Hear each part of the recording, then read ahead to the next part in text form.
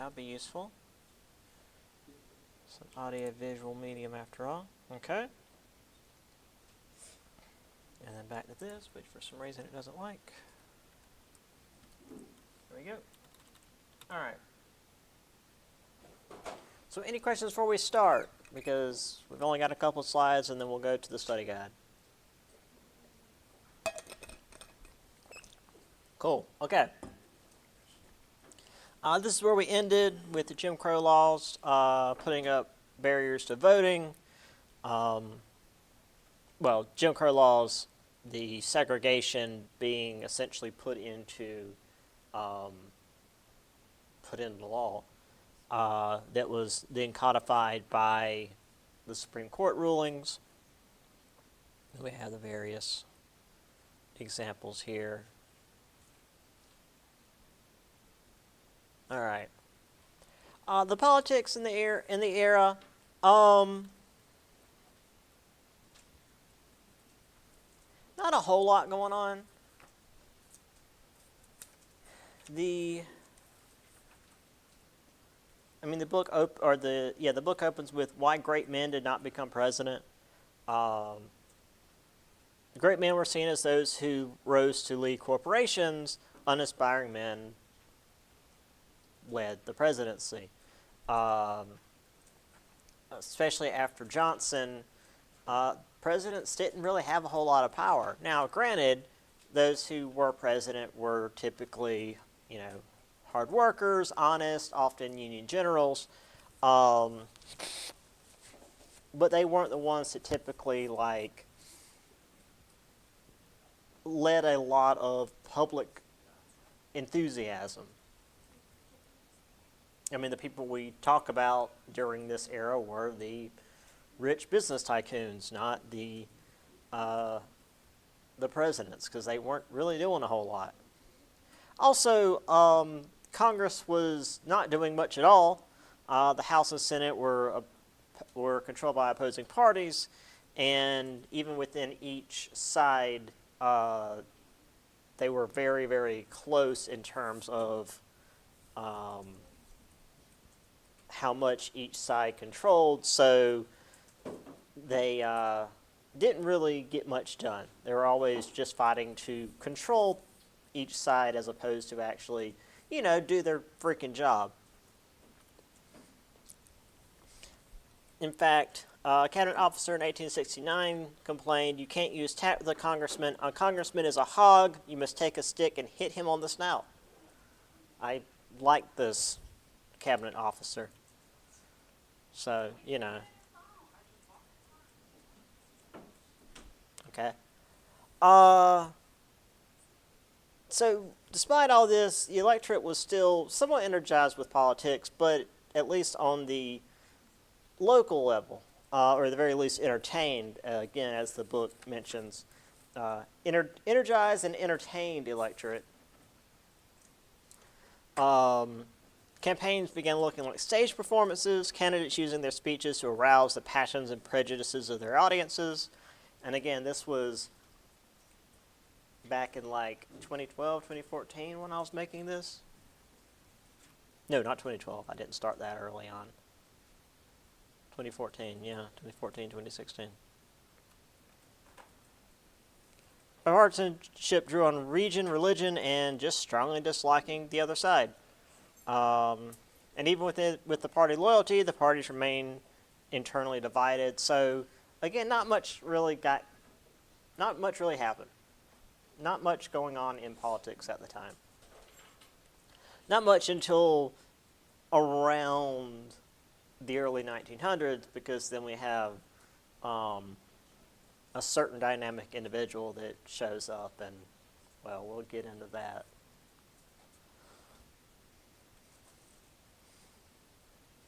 So we have business tycoons just really running the government because they were the ones who had the power.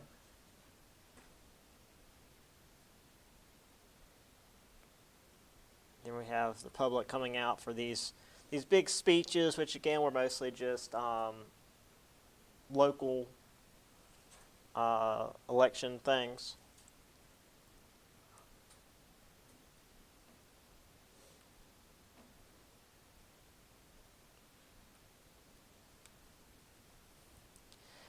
this was a big deal, and we'll get more into it a little bit later. But the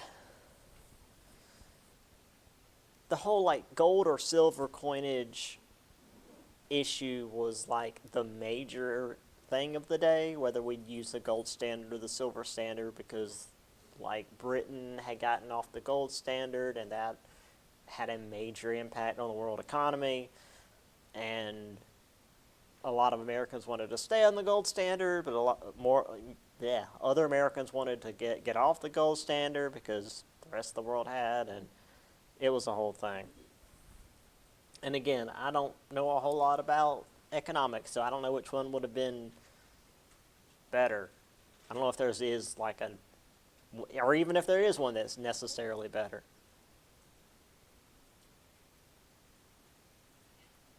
And here we have, this is again later.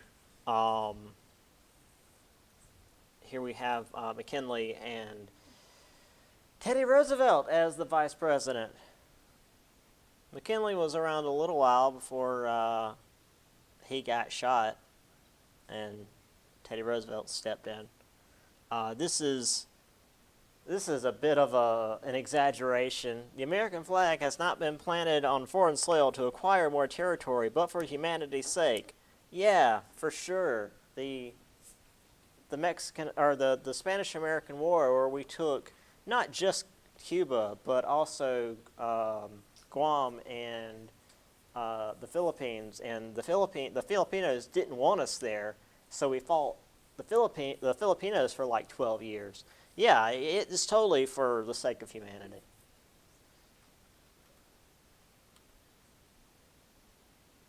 And here again is more of the whole like coinage issue. We'll get more into that later.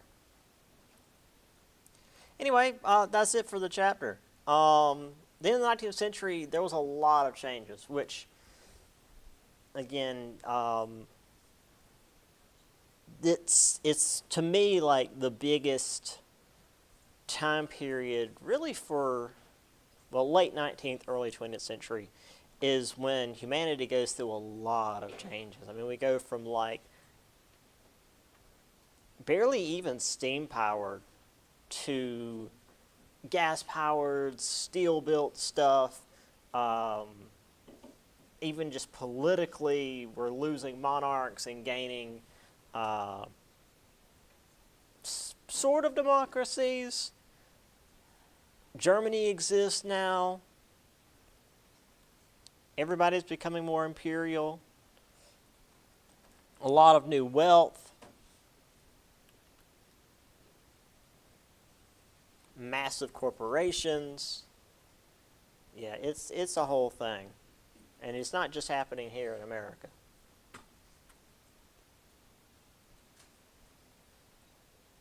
All right, let me see if I can get this to work in such a way that I can do it on...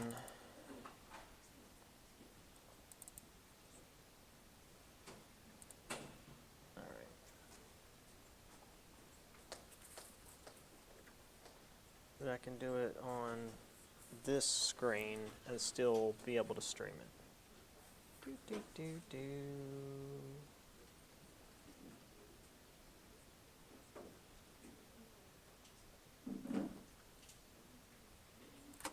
All right.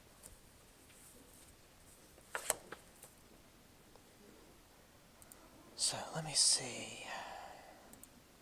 All right, it's going to go dark for you online folks for just a moment.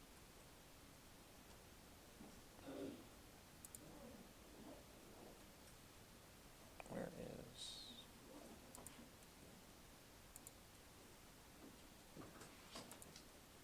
Here. Display. Duplicate. Okay. Yeah, it's dark now. Hopefully I can get that done. Hey, that was easy enough. Except now it's weird. So apparently I just have to refresh it. Alright, cool. Let's pull this up. Zoom us in. And we're good. All right. Time for review.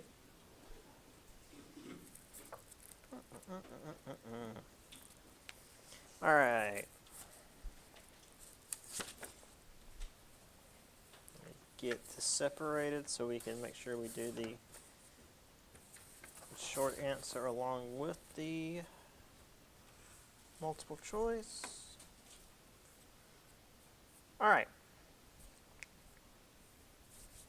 So, from the start, before the Civil War was even over, what region of South Carolina briefly experienced emancipation under the Union soldiers? Make sure the sound's still working. No, okay. So right at the very start, what region of South Carolina experienced emancipation briefly before the Civil War was even over?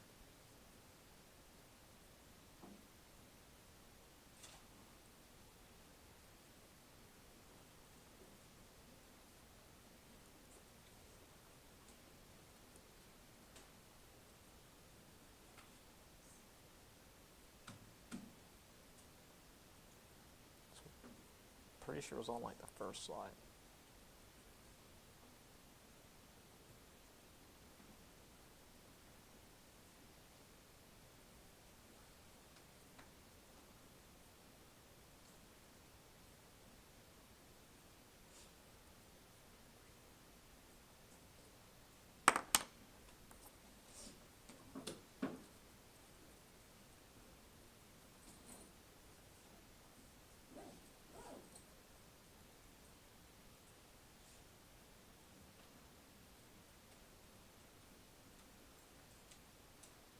It's a very isolated region.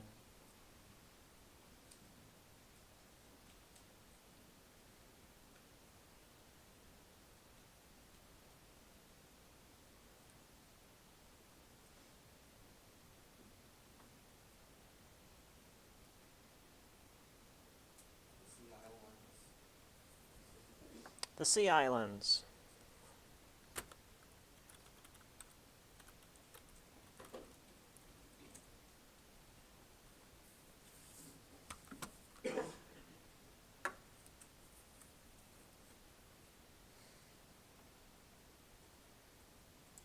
All right.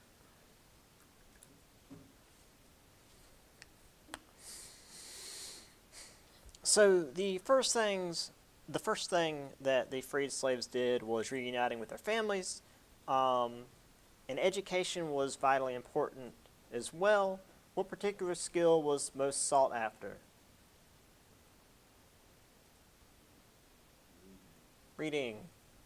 When it comes to education, the first thing you need to learn to do is read.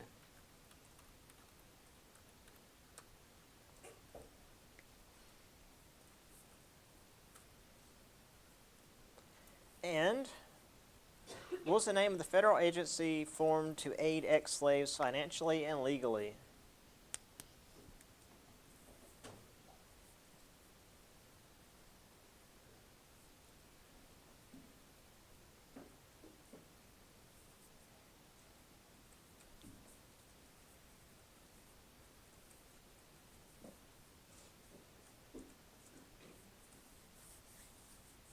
This was a major part of Chapter 14.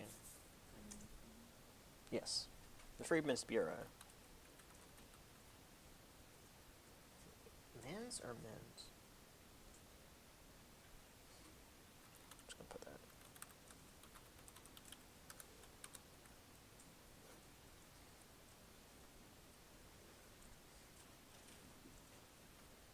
All right. I can spell bureau, but I cannot spell bureaucracy. That always screws me up. All right.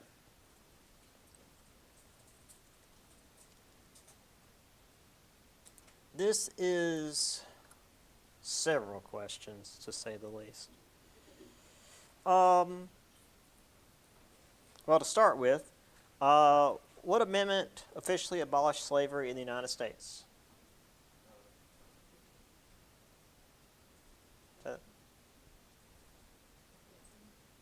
The 13th. The 14th made them citizens. And was used later for other purposes that had nothing to do with that, but we'll get to that. This is the only one you have to know. I mean, I know it's like, remember which amendment is what? Is like a civics course kind of question, but this is the only one you need to remember. At least for this course. We'll get to prohibition later. Boo. Along with the acceptance of the abolition of slavery, this one, what percentage of the electorate in the South needed to swear an oath of allegiance in order to rejoin the Union, at least under Lincoln's plan? 10%. Well, I've got a couple of like percentage questions, but they're broad. It's not like 13.5%. It's stuff like that. Unfortunately, Lincoln didn't last real long in the presidency, at least for a second term, and we've got Andrew Johnson. So for Andrew Johnson, what was the real enemy in the South?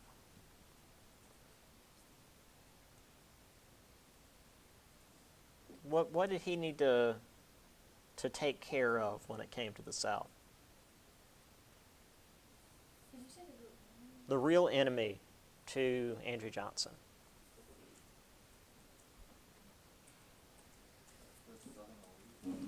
What's that?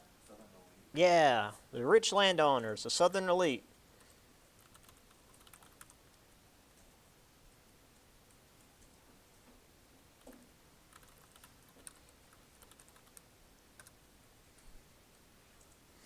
Because for him, slavery wasn't a problem, it was just like a tool that they used to be more powerful. And taking it away was all well and good, but he didn't really care. So the slaves were freed, but they were not yet citizens. And during this time of flux, what was the name for laws passed in the South which restricted their right to vote, bear arms, and intermarry? Correct.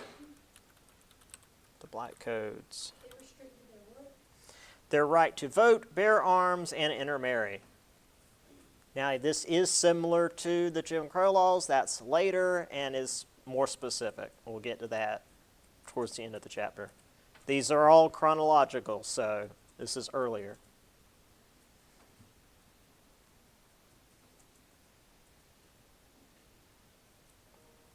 And you said Black Codes, right? Yes. Scroll down a little bit.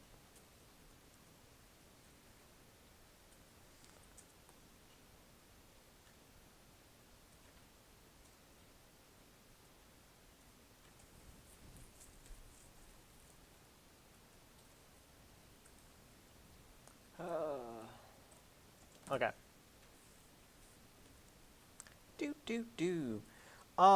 How did President Johnson react to the Tenure of Office Act, which disallowed him from removing cabinet members without Senate approval?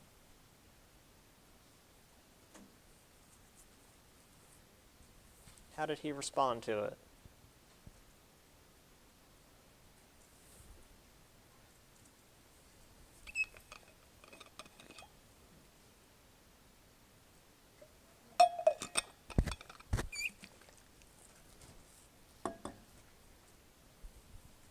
Yes. Yes.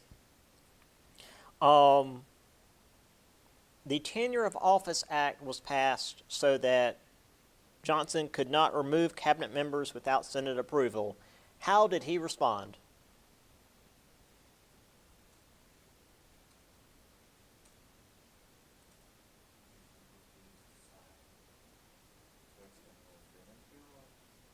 Well, he responded by ignoring the act and removing cabinet officials from office anyway. Basically, he broke the law that was made.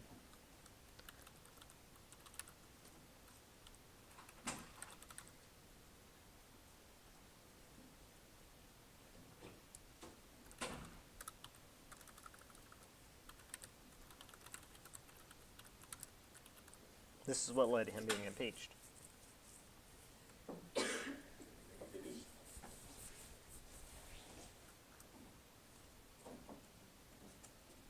All right, one more for Johnson, and then we'll move on to the next section.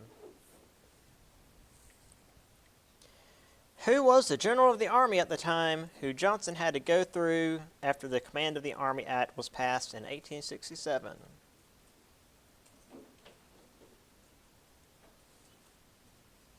I mean, the big Union general.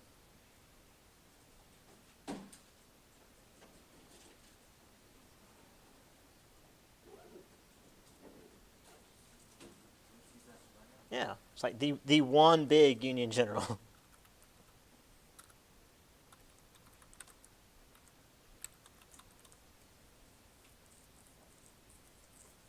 He had to go through him, correct?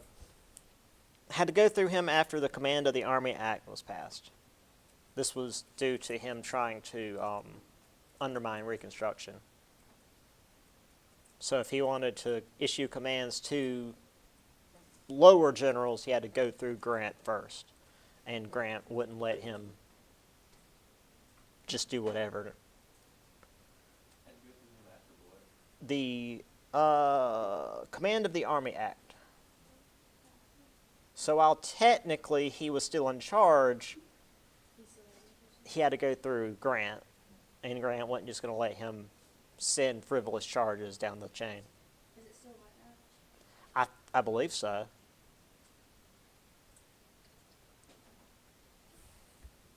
Because like if you're a major and you tell a private to go like shovel poo, that's ignoring the chain of command.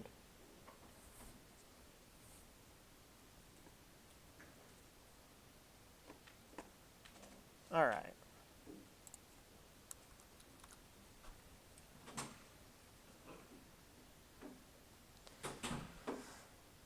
So once Reconstruction got underway, there were two groups of whites in control of the South. The first were seen as traitors who were Republicans in the South and opposed secession. What is a name for them?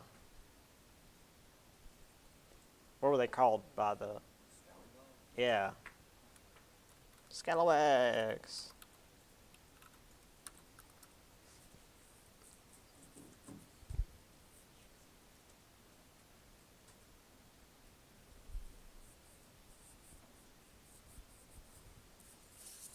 And obviously the other one, they were Northerners who headed south, seen as coming to plunder its resources before returning home. Carpetbaggers. Scalawags and carpetbaggers. Again, that's like one of the only things I remember learning about Reconstruction when I was in high school.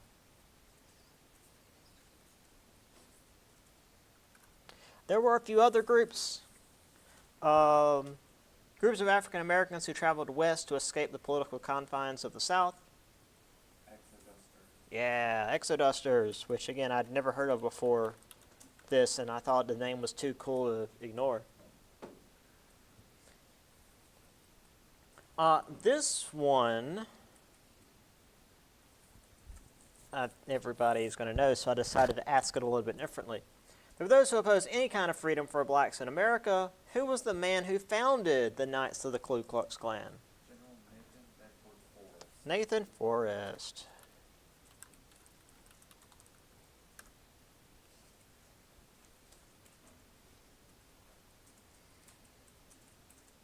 So, Scalawags, the traitors, carpetbaggers, the Northerners, supposedly like robbing the South of its resources. Exodusters, the African Americans moving west on an exodus. And then Nathan Forrest founded the Klan. And finally, for this chapter, what was the name of the man whose presidency spelled the end of Reconstruction due to the closeness of the race and the compromises required to put him in office?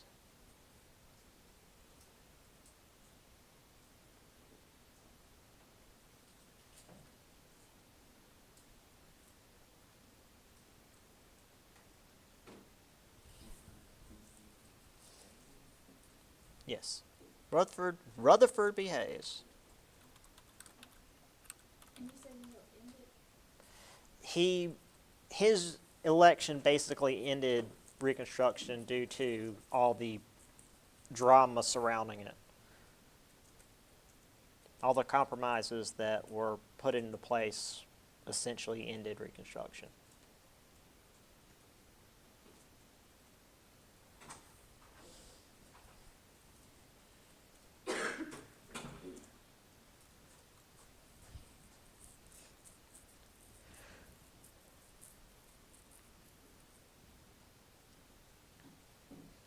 All right. Let's go to the frontier.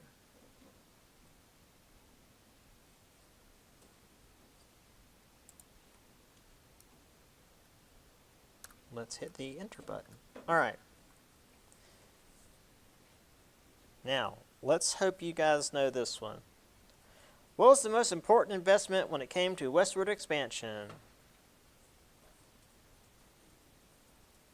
The thing that's been like the last two chapters. Railroads. It's always railroads, guys.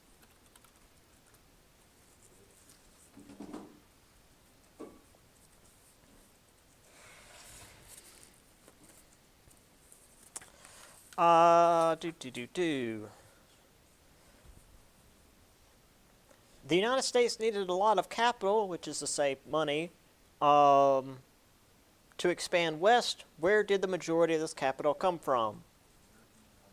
European countries.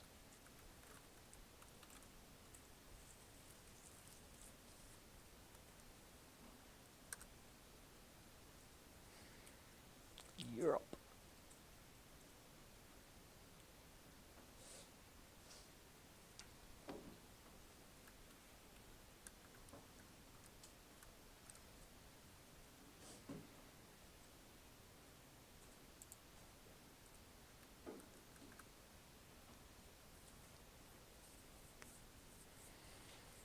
All right. How do I ask this?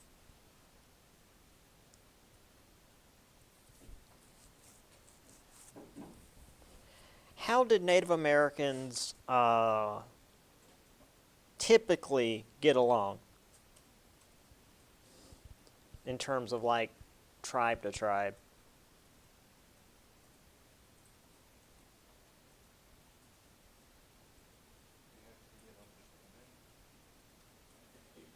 Between tribes?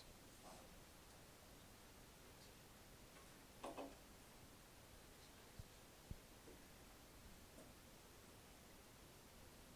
don't think they all got along. Right. Typically, tribes were independent nations. Not to say they were all necessarily hostile to one another,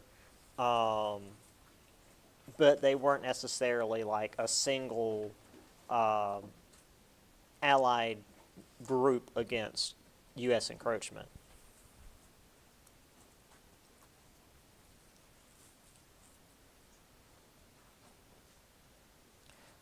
This one's pretty easy. How did the Native Americans view land ownership? That belongs to everyone. Yeah, it's communal. Communal land ownership. Which is to say, it's either one of two extremes, which essentially is the same. It either belongs to everyone or it belongs to no one, which ends up being the same thing. You just live there. More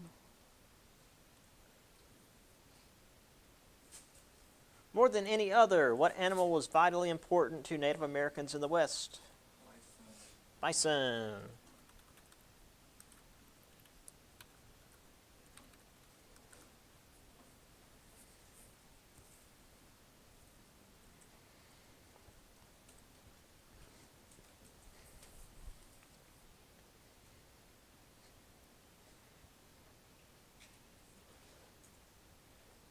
What was the name given by the Native Americans to African American soldiers who headed west to fight said Native Americans?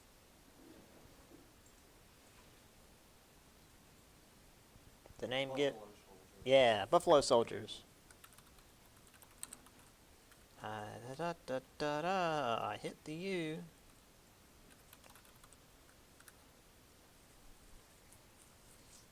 It was actually especially funny because my class on Thursday answered the previous one as Buffalo. So I went to the next one and they're like, oh, we know this one.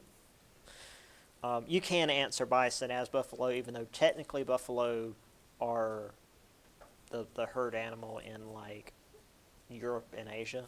And technically here in North America is bison, but it doesn't really matter. So that name was given to African Americans by Native Americans? Yes, African American soldiers in the U.S. Army by Native Americans.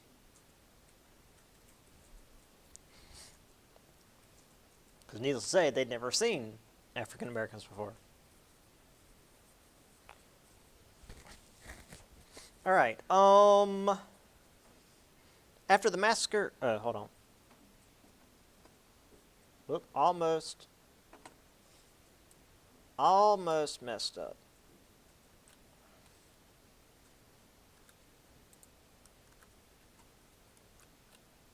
Dang it.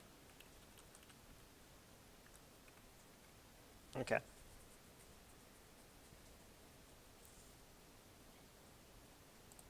Actually, this is supposed to be.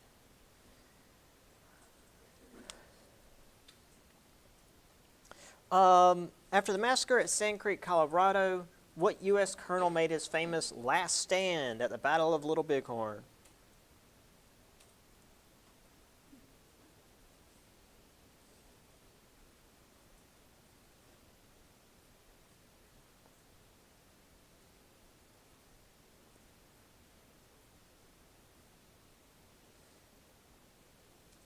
I thought this one was common knowledge. Battle of Little Bighorn?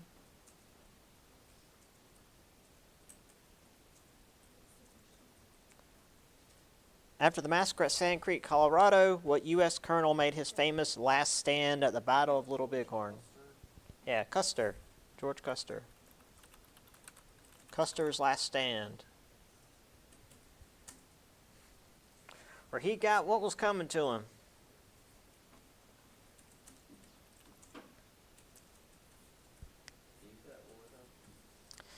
This was this was after the battle at Sand Creek, Colorado, the U.S. colonel that made his famous last stand at the Battle of Little Bighorn.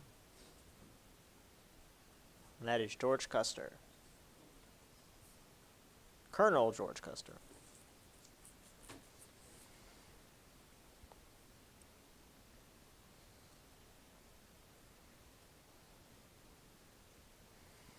All right, just a couple more here. What was the name of the act which carved up Native American lands, giving each family head a parcel to use in exchange for giving up their customs and traditions? All that. Yeah, this was the Dawes Act. This was the one with that creepy head like going through the ground. And also took most of the land and sold it off to businesses for profit, because why not? This was meant to civilize them, which I mean I guess is slightly better than like genociding them. Finally, what was the event which crushed the remaining resistance the Native Americans had?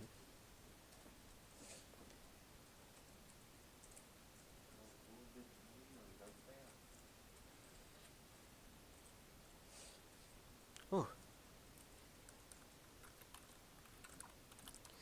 The massacre at Wounded Knee.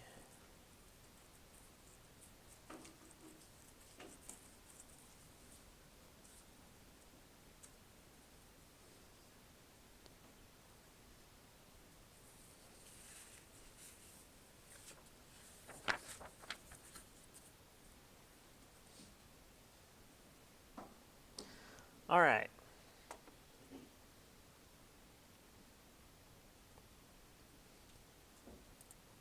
On to more westward movement. Lots of stuff in this chapter. What was the event which sent white pioneers flocking west after 1848, much to the detriment of Native Americans already there? It's the big thing that was the reason why white pioneers went west. The gold rush. Well, when you look at maps in the mid 1800s, it's like we go as far as the Mississippi, and then California is already a state.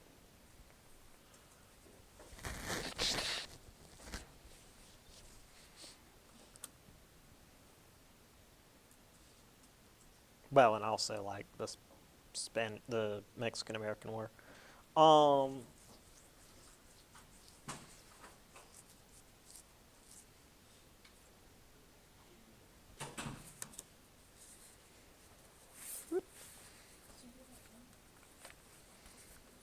Hey man, you make it, you make it. Oh.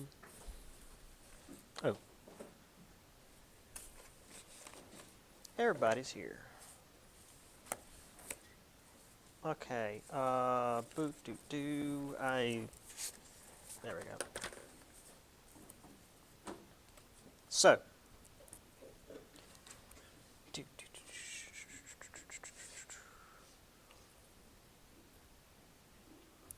Located in, I think this is right.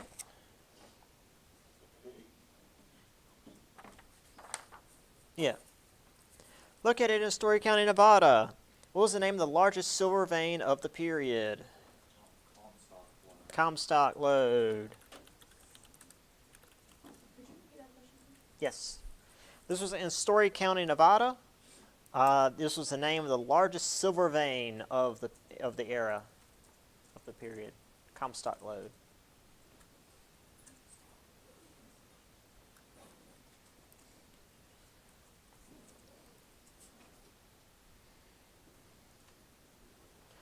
According to the 1875 census for Story County, what percentage of the population was female?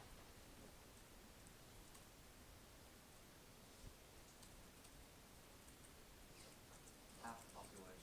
Yeah, 50%.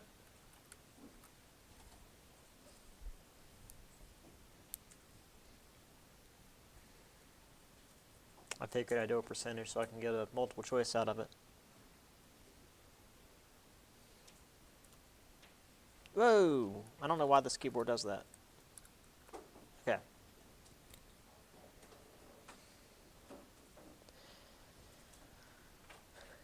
And what was the most common occupation for said women when they headed west? Domestic laborers, That was an occupation. prostitution. Yes.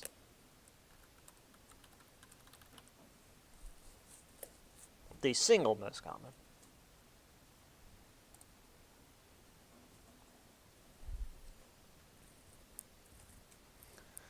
All right.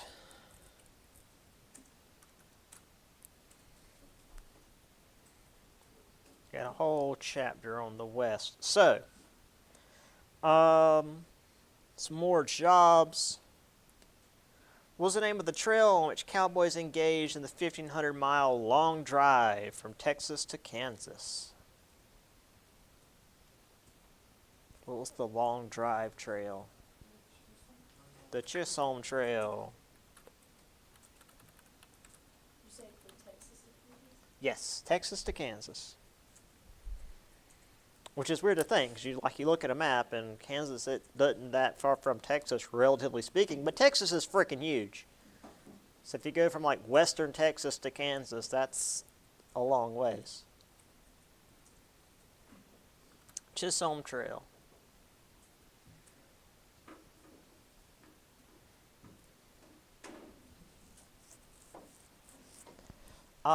Governmental push. Which act passed by Lincoln's Congress gave settlers cheap land as long as they cultivated it, which helped to actually settle the West? The Homestead Act. The Homestead Act. Because again, all the mining and stuff, once they got all the mining done, they typically just like abandoned the town, so that didn't get much settlement done. So the Homestead Act actually helped to get people living there as opposed to staying there long enough to get what they could and then getting the hell out. All right. Let's see. As far as other groups living in the West, we have... What religious sect headed west in order to escape the U.S. government's ban on the practice of polygamy? The only religious group we've talked about. The Mormons.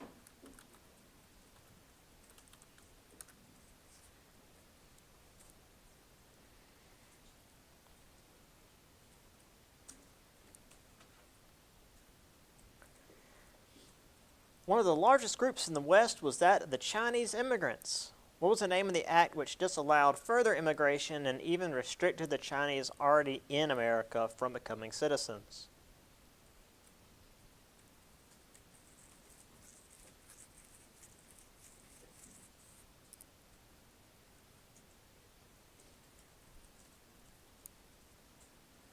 So this restricted any more Chinese immigration and made it so that those in America couldn't become citizens.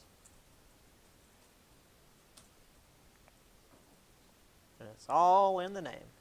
Chinese Exclusion Act. Yep. Chinese Exclusion Act. As I said, we're going to be talking about this a lot in later chapters, so I want you guys to know this one for sure. All right, that's it for this chapter. On to the last one. Why do I have 2 spaces here and only no spaces there? Okay. Industry. Why is... Whatever. Okay. The Industrial Revolution began in Britain. However, what newly formed nation outproduced them, at least until the United States overtook both? So what nation, newly formed nation, was really at the forefront of the Second Industrial Revolution? Germany. And really, actually, its industrialization was a major part of its forming. Blood and iron, as Chancellor Bismarck would say.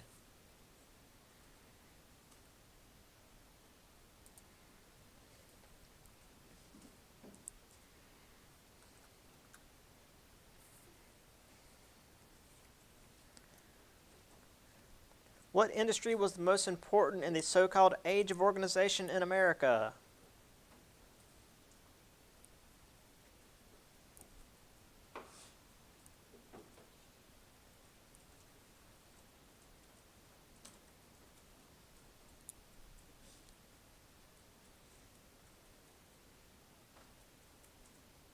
Which industry was most important?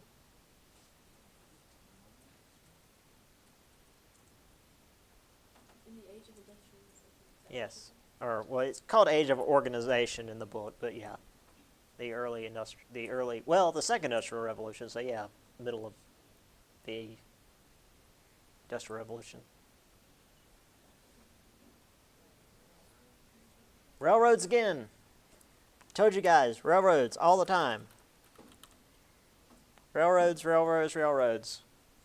Railroads created the oil industry, railroads created the steel industry. Like the 2 major competing powers between Carnegie and Rockefeller were because of the railroads. The telegraphs were because of the railroads. In fact, this next thing, what social contract Construct. Wow. What social construct did the railroad industry create, which eventually was standardized and used all over the world? Yes. Time zones.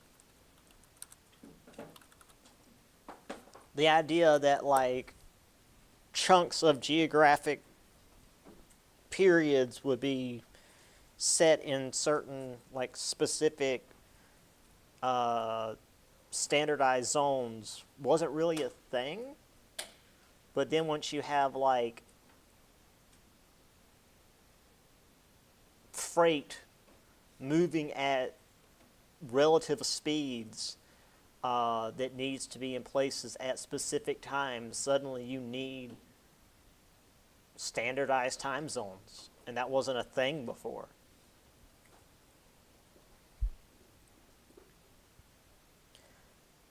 I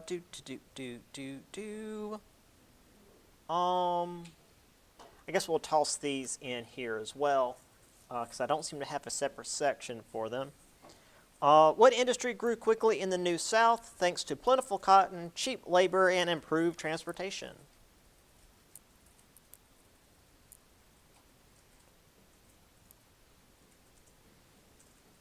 So what uses cotton, labor, and, transportation to a slightly lesser degree?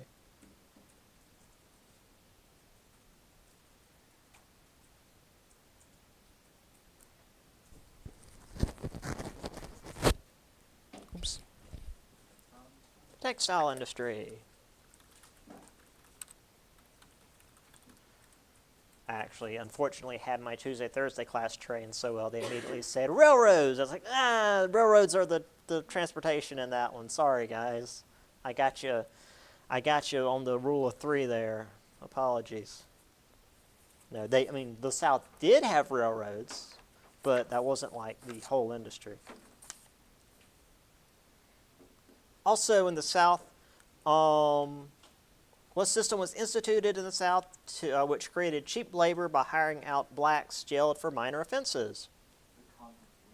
The convict lease system. Yay, that's horrible. I can't spell. What's the system? All right. Inventors. Despite that huge list I gave you guys before, we're only going to talk about a couple. Who invented the telephone? Alexander Graham Bell. What is wrong with my brain?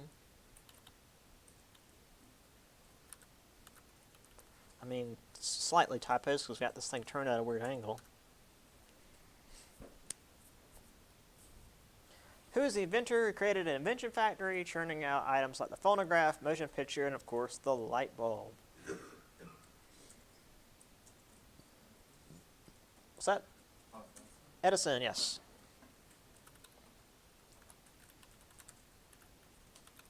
I did kind of mumble that, sorry. So for the rest of you, sorry. He created an invention factory, churning out items like the phonograph, motion picture, and of course, the light bulb. That one should give that one away. Alrighty.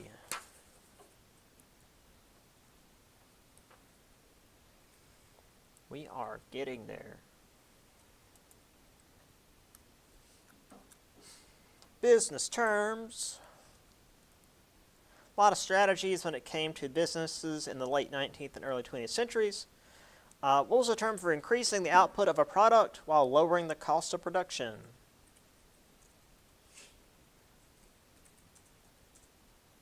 It's basically like really early mass production, but that's not what they called it. Maybe they did, but this is just the businessy term for it. Economy of scale, because they're scaling up production, I guess. That's a word they use.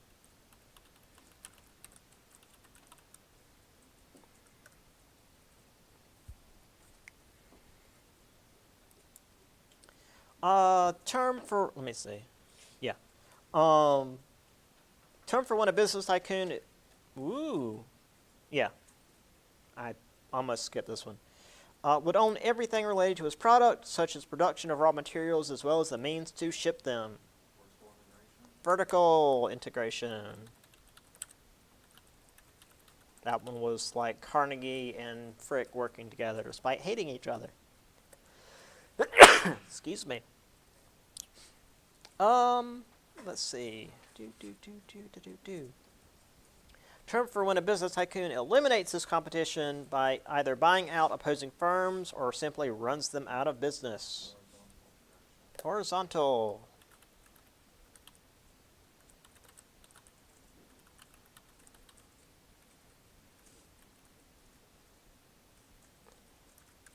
Oops.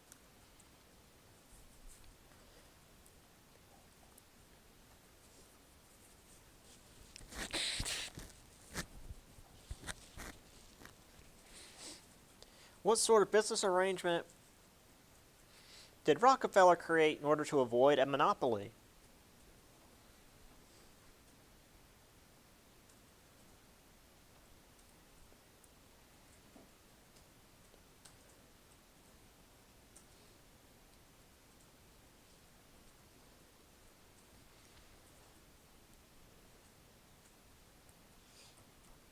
Where technically you have a bunch of guys that run a bunch of technically separate businesses, and then they come and meet all together, and Rockefeller runs this group of guys that come and meet together. But on paper, they're not all in the same business, but they actually really are.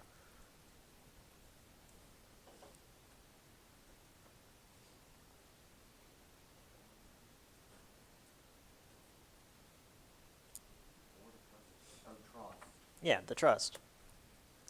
Their meeting is the board of trustees. Same idea. And one more, I think one more. Yes. What sort of business, thanks to a Supreme Court ruling in 1886, was protected as a person by the system put in place by the 14th Amendment? A corporation. Which means that it used the 14th Amendment, which is what made the freed slaves into citizens, and basically used that to make corporations have the same rights as people. I don't know, it's screwy. And still on the books. So like they have the rights of people, but they don't get the consequences of their actions. I don't know. You know, businesses. Speaking of people, we have people. Let's see. Who wrote The Wealth of Nations in 1776? Spoke of the invisible hand of the market as well as the idea of laissez-faire. Adam Smith. The closest to an anonymous name as you can get without it being actually John Smith. It's like, is this a guy's name or like a corpse that we can't identify?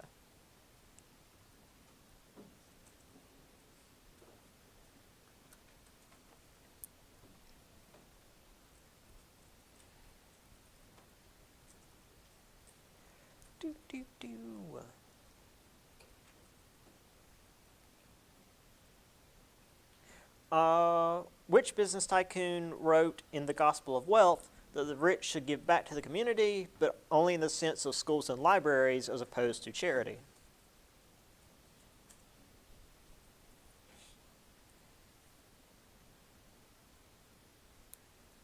And I had a quote on the board, you cannot push someone up a ladder if they're not willing to climb. Carnegie. Oop.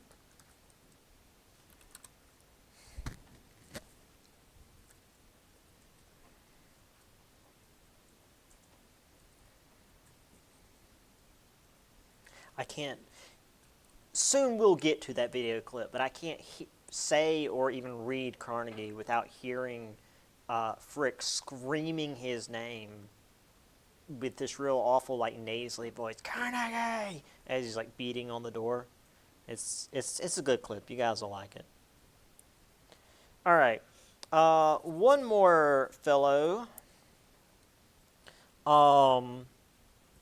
Number of people were opposed to such unfettered capitalism, which again we had a list, but obviously we're only going to talk about one, and it's going to be the most extreme one.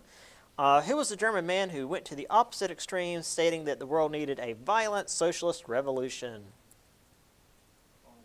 Karl Marx.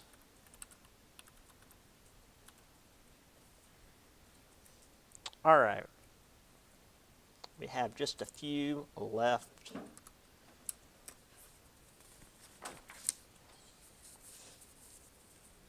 What term was coined by Mark Twain and Charles Dudley Warner, which described the gaudiness and shallowness of the era? The Gilded Age. Because again, remember, gilded just means like gaudy, gold-plated. This was a term coined by Mark Twain and Charles Dudley Warner, which described the era. It was gaudy and shallow and not really actually opulent.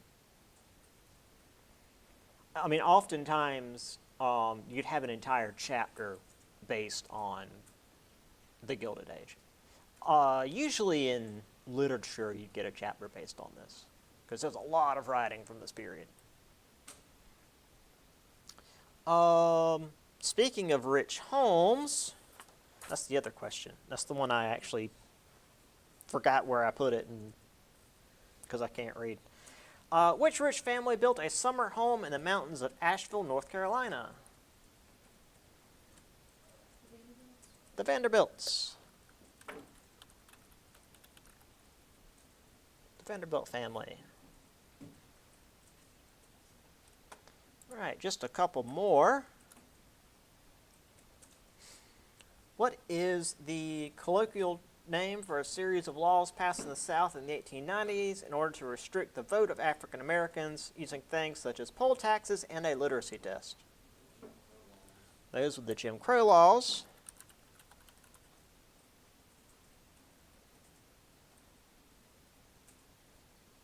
And finally, we'll see who was listening.